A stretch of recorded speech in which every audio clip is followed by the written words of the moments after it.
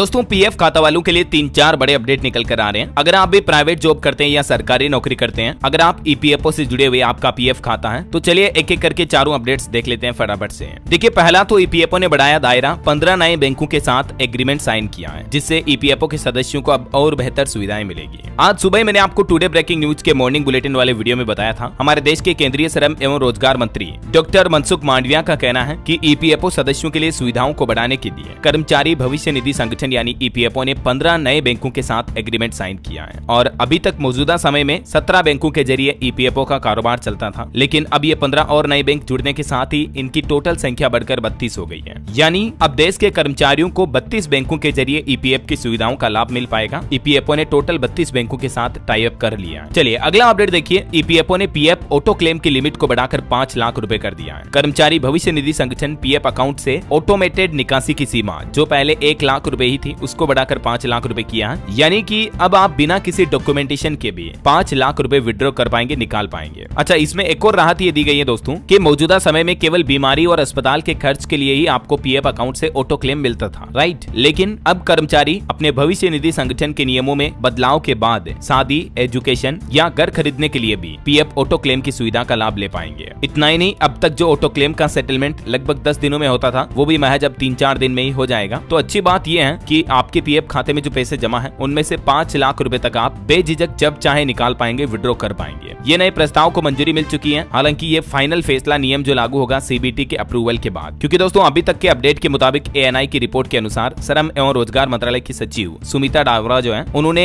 28 मार्च को श्रीनगर में हुई ईपीएफओ की कार्यकारी समिति की 113वीं बैठक में इस प्रस्ताव को पास भी कर दिया है। तो अब ये प्रस्ताव को सीबीटी यानी सेंट्रल बोर्ड ऑफ ट्रस्टीज के पास भेजा गया है। तो उससे मंजूरी मिलने के बाद देश भर के जो ईपीएफओ के खाताधारक हैं, वो बिना किसी मैनुअल वेरिफिकेशन के अपने पीएफ अकाउंट से 5 लाख रुपए तक की निकासी कर पाएंगे। अभी तक 1 लाख रुपए ऑटो क्लेम कर सकते हैं कर्मचारी, तो इस नए प्रस्ताव में इस लिमिट को 5 गुना बढ़ा दिया सीधा। वैसे ये ऑटो क्लेम क्या है? ऑटो क्लेम या ऑटो सेटलमेंट या एडवांस क्लेम, ये एक तरह का सिस्टम है ईपीएफओ का, जिसके तहत अगर आप पैसों का विड्रॉल करते हो तो आपको किसी तरह के कोई दस्तावेज जमा करने के लिए कहीं ऑफिस या ईपीएफओ कार्यालय जाने की जरूरत नहीं पड़ती है। समझ रहे हो? अच्छा, इतना ही नहीं, एक और अपडेट ये है पीएफ खाताधारकों के लिए। ईपीएफओ में एक नई सुविधा शुरू होने जा रही है। मई-जून से आप यूपीआई के जरिए या एटीएम डेबिट कार्ड के जरिए भी अपना पीएफ का पैसा निकाल पाएंगे। समझ रहे हो? ये बहुत ही अच्छी सुविधा शुरू हो जाएगी। फिर आप अपने पीएफ खाते को डायरेक्टली फोन पे, गूगल पे, भीम में इन यूपीआई ऐप से लिंक कर पाएंगे। और इसके अलावा ईपीएफओ की तरफ से आपको अलग से एक डेबिट कार्ड की तरह कार्ड दिया जाएगा, उसके जरिए भी आप अपने पीएफ का पैसा विड्रॉ कर पाएंगे। इस नियम के बारे में विस्तार से जानकारी अभी 4-5 दिन पहले मैंने ईपीएफओ का एक अलग से सेपरेट वीडियो डाला था, उसमें भी बताई है। अगर आपने नहीं देखा तो इस वीडियो को देख लीजिएगा, ठीक है, जिसमें कंप्लीट डिटेल बताई हुई है कि पीएफ के पैसे निकालने का सबसे आसान तरीका आपको मिलने वाला है। 1 लाख रुपए तक की रकम आप एटीएम, यूपीआई से निकाल पाएंगे। मई-जून के महीने से ये नई सुविधा शुरू हो जाएगी। चलिए अगला अपडेट आ रहा है ईपीएफओ के लगभग 7.5 करोड़ मेंबर्स के लिए बड़ी खबर है। प्रोविडेंट फंड की ब्याज दरों पर भी सरकार ने बड़ा फैसला लिया है। अभी महीने भर पहले ये फैसला लिया था। ईपीएफओ ने 2024-25 वित्त वर्ष के लिए कर्मचारी भविष्य निधि जमा पर ब्याज दर 8.25% बरकरार रखी है। यानी बीते वित्त वर्ष का भी आपको पूरा ब्याज 8.25% के हिसाब से मिल पाएगा। यानी 1 लाख रुपए तक का अगर आपका डिपॉजिट है तो सालाना आपको 8,250 तक ब्याज मिलेगा। पिछले 2 साल में पहली बार ईपीएफओ की ब्याज दरों में सरकार ने कोई बदलाव नहीं किया है। इसके अलावा एक और अपडेट ये आ रहा, अब पीएफ क्लेम और आपके पीएफ अकाउंट की जमा राशि को ट्रैक करना बहुत ही आसान होगा। प्रोविडेंट फंड को लेकर कुछ और नए नियम लागू किए हैं। तो अगर आप भी ईपीएफ में निवेश करते हैं तो ये खबर आपके लिए जरूरी है दोस्तों, क्योंकि ईपीएफओ ने क्लेम प्रोसेस, क्लेम ट्रैक करने और पासबुक चेक करने के प्रोसेस को आसान बनाने के दिशा निर्देश हाल ही में जारी किए हैं। ये नए नियम लागू होने से ईपीएफओ मेंबर्स को सुविधाएं बढ़ेगी, मतलब ज्यादा नई सुविधाएं मिलेगी।